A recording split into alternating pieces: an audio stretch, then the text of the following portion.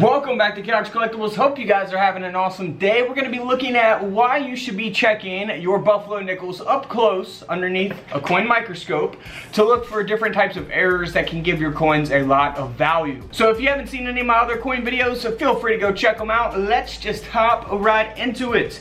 Alright, so first up, we're going to start with a 1918 Buffalo nickel. Now this coin here has an uncentered broad strike. We see that taking place clearly on the coin here.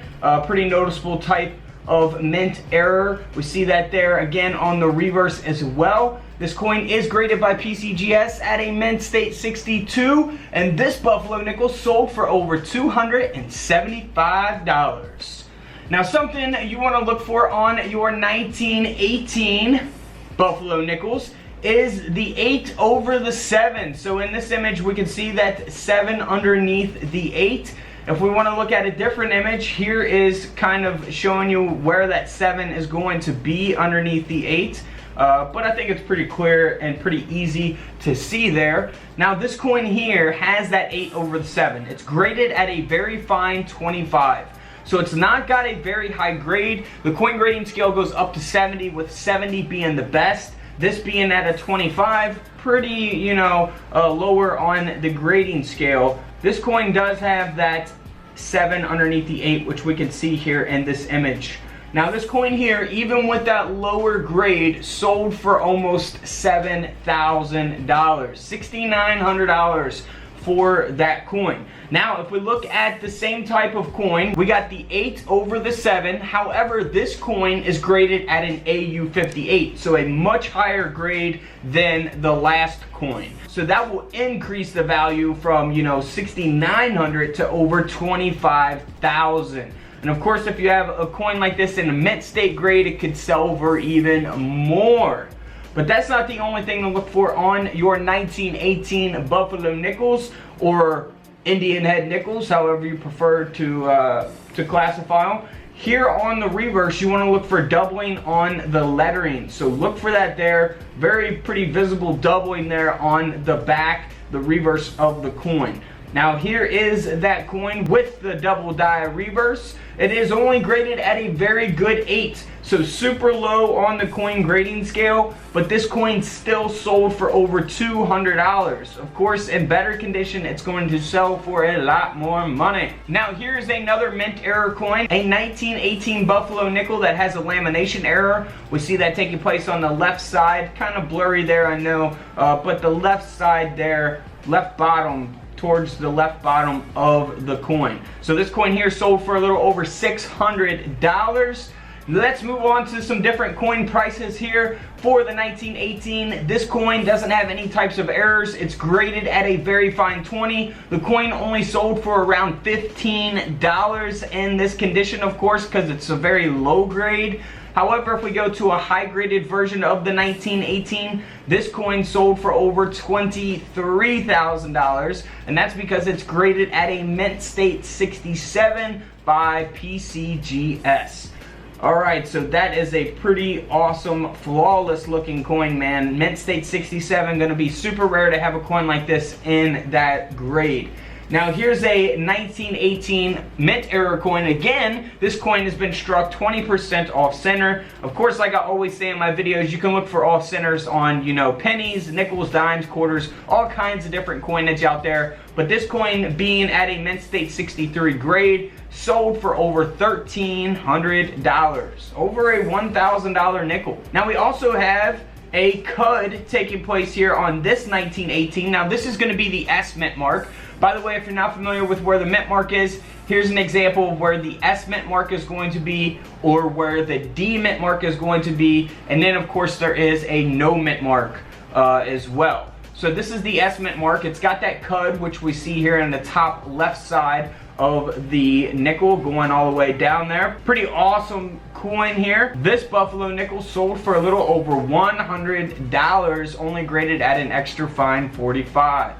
Now for the 1918S, this coin is only graded at a fine 15. The coin sold for around $50, but If we look at a high graded version of the 1918S, mint state 66 grade by NGC, this coin sold for over $29,000. So big difference in coin prices, of course, based on the grade of the coin. Now here's some other Buffalo nickels that you always want to look out for. The first thing you want to look for is doubling on the front of the coin. So a DDO, a double die obverse. So you want to look for doubling that is seen on the Indian's eyes and nose, as well as on the date 1930 itself. So here is some examples of that on the eye and the nose. And then we also see that on the feathers as well. And then on the 1930S mint mark, we actually see that there on the word Liberty.